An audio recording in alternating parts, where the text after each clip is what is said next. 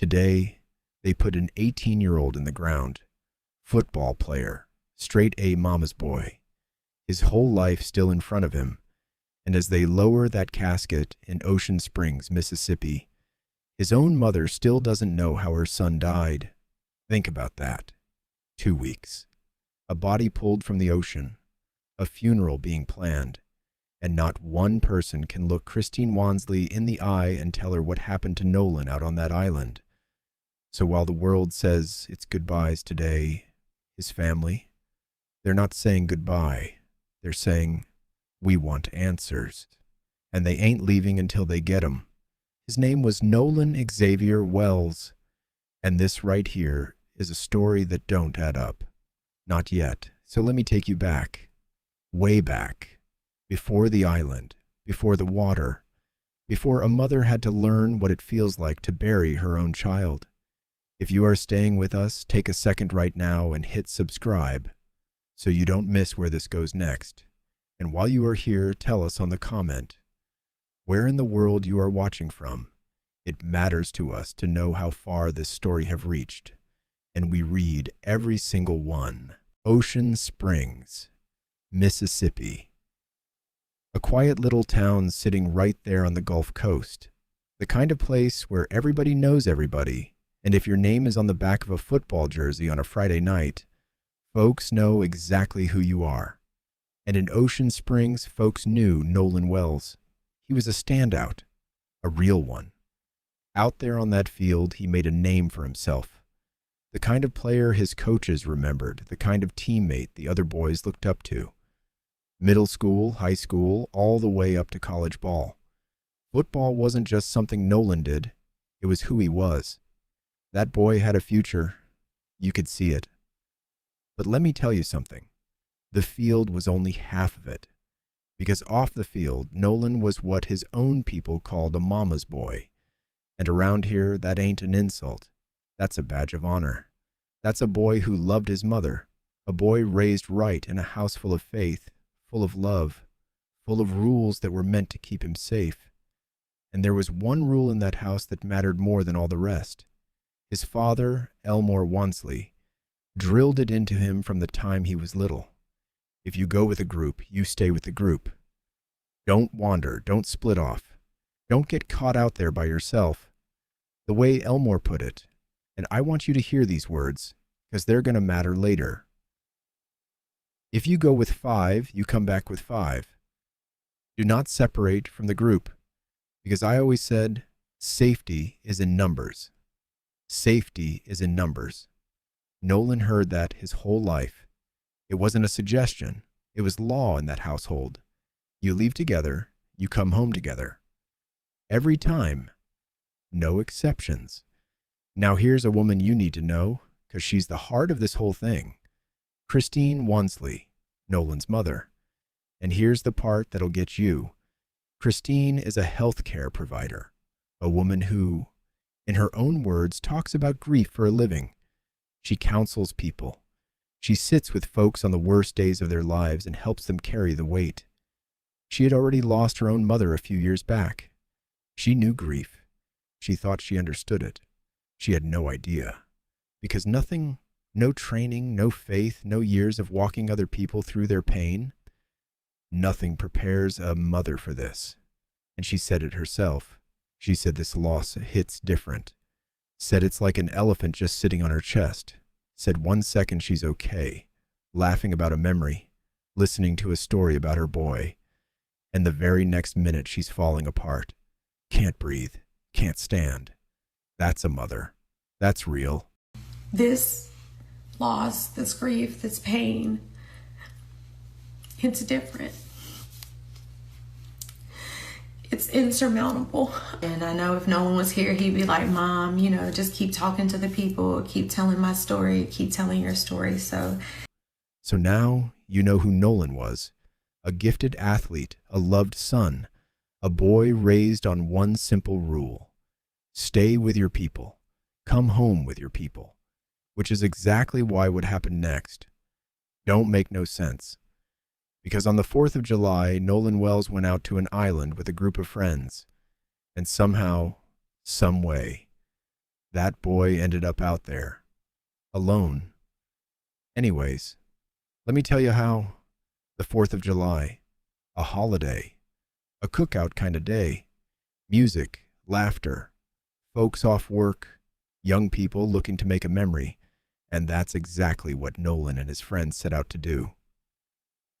Now let me paint the picture for you. Off the coast of Mississippi, out in the Gulf, there's a place called Horn Island. And Horn Island ain't your regular beach. It's a barrier island. Remote. Cut off from the mainland. You can't drive there. You can't walk there. The only way onto that island is by boat. So Nolan and his group loaded up, hit the water, and rowed out to celebrate the 4th. Just a bunch of young people on an island, doing what young people do on a summer holiday, swimming, hanging out. A party out there on the sand. And for a while, everything was fine. But at some point that day, the group had to make their way back to the mainland, back to the boat, back home. Remember, you don't just leave Horn Island whenever you feel like it. You leave when the boat leaves. That's it. And here's where the whole story turns, because when it came time to go, Nolan didn't go with them. Now stay with me, because this is the knot at the center of everything. According to the friends who were out there, the ones who talked to investigators, Nolan chose to stay behind.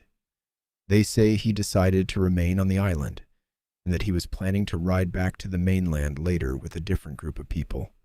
That's their account. He stayed on purpose. He had a way back. No big deal. But hold on. Remember that rule? The one his daddy carved into him since he was a little boy? If you go with 5, you come back with 5.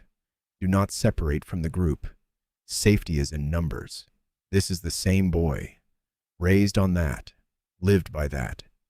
So his parents heard that account, that Nolan just chose to peel off from his friends and stay out on a remote island by himself, and they couldn't accept it. His father said it plain. He knew to stay with this group. So why would he split from the group?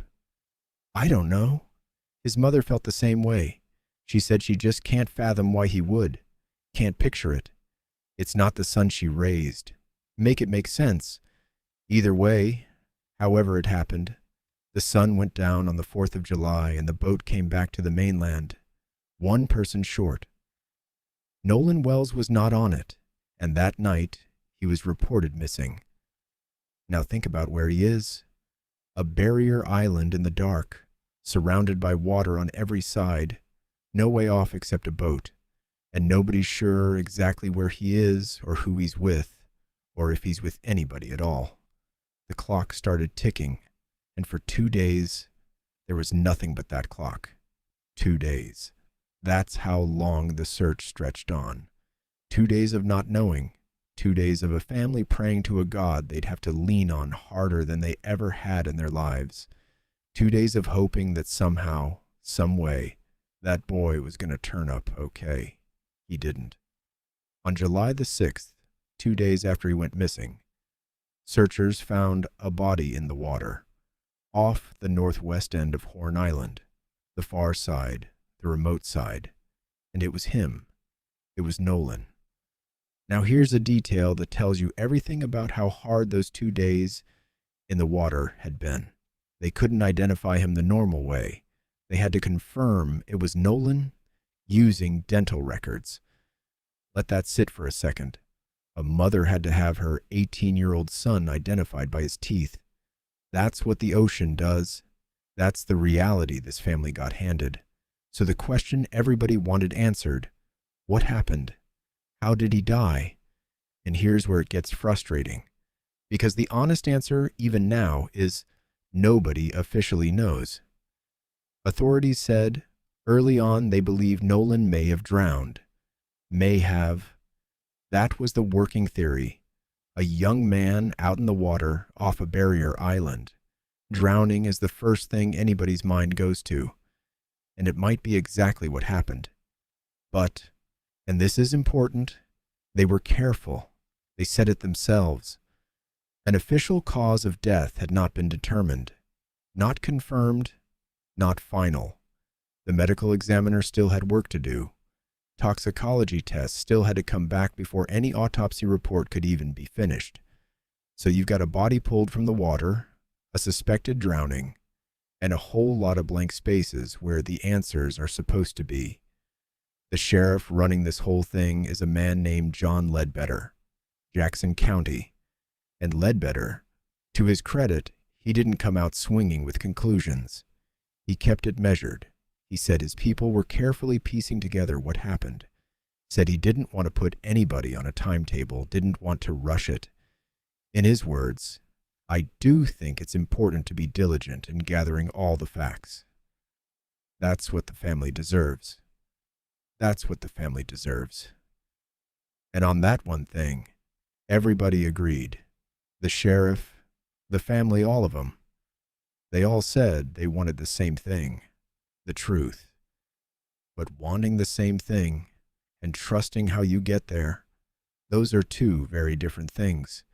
Because while the sheriff was asking folks to be patient, this family was starting to look at the pieces they'd been handed. And the more they looked, the less any of it added up. Anyways, let me tell you about the phone. The phone. Nolan was an avid Snapchat user.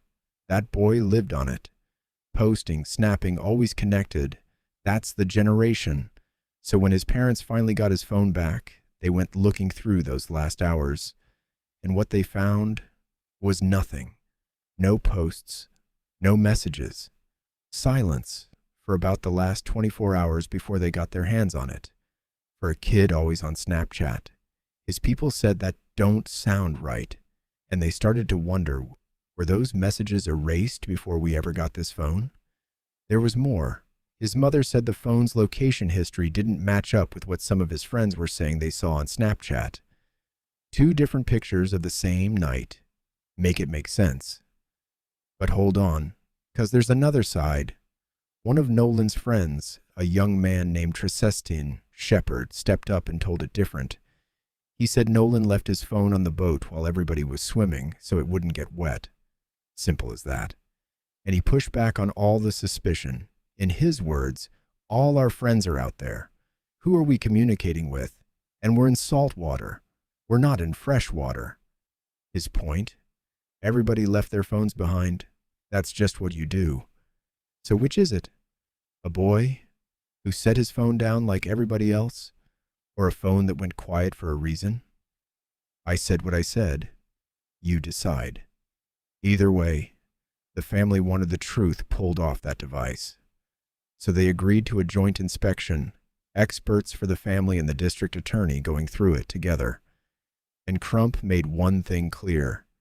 It wasn't just Nolan's phone he wanted looked at. We just want to make sure everybody else's cell phone is also being downloaded. Everybody's phone. Let that land. Now the family brought in some heavy names. Attorney Ben Crump, the Reverend Al Sharpton. And the family's frustration was real, for they said a whole week went by without hearing from investigators. And after more than 72 hours, they still hadn't even gotten the initial incident report. The district attorney, Angel Myers McElrath, urged patience. She stressed there was no indication this was being treated as a criminal case, and that findings stay sealed until a grand jury hears everything.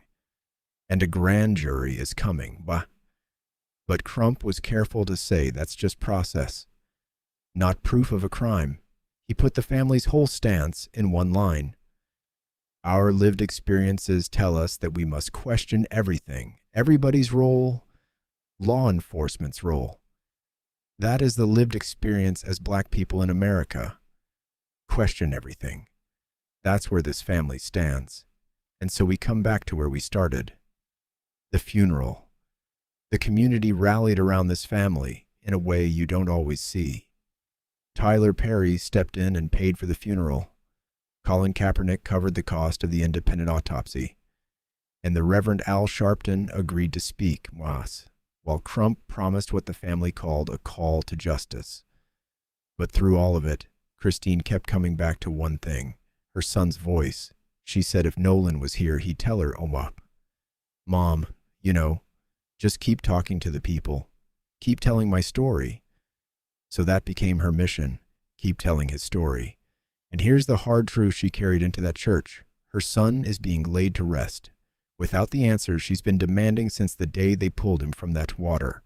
No confirmed cause of death, a grand jury still ahead, a phone with a missing day on it, and two versions of one night that still don't line up. A gifted young man, a loved son, gone at 18, and a family that refuses to stop asking the one question that still hangs over Horn Island. What really happened to Nolan Wells? Maybe the answers are still coming. Maybe somebody out there knows more than they've said. But for now, a mother buries her boy and keeps her promise. She keeps telling his story. That was the story of Nolan Wells. And like a lot of the cases we cover here, it ends with more questions than answers. So let me ask you, what do you think happened out on that island? Drop it in the comments. Let's talk about it. If this story moved you, do me a favor, hit that like button and subscribe to Beyond Dark Cases, where we shine a light on the forgotten and the recent. The disappearances, the mysteries, and the cases that still raise questions today. Say his name, Nolan Wells, and until the next one, stay curious and stay safe.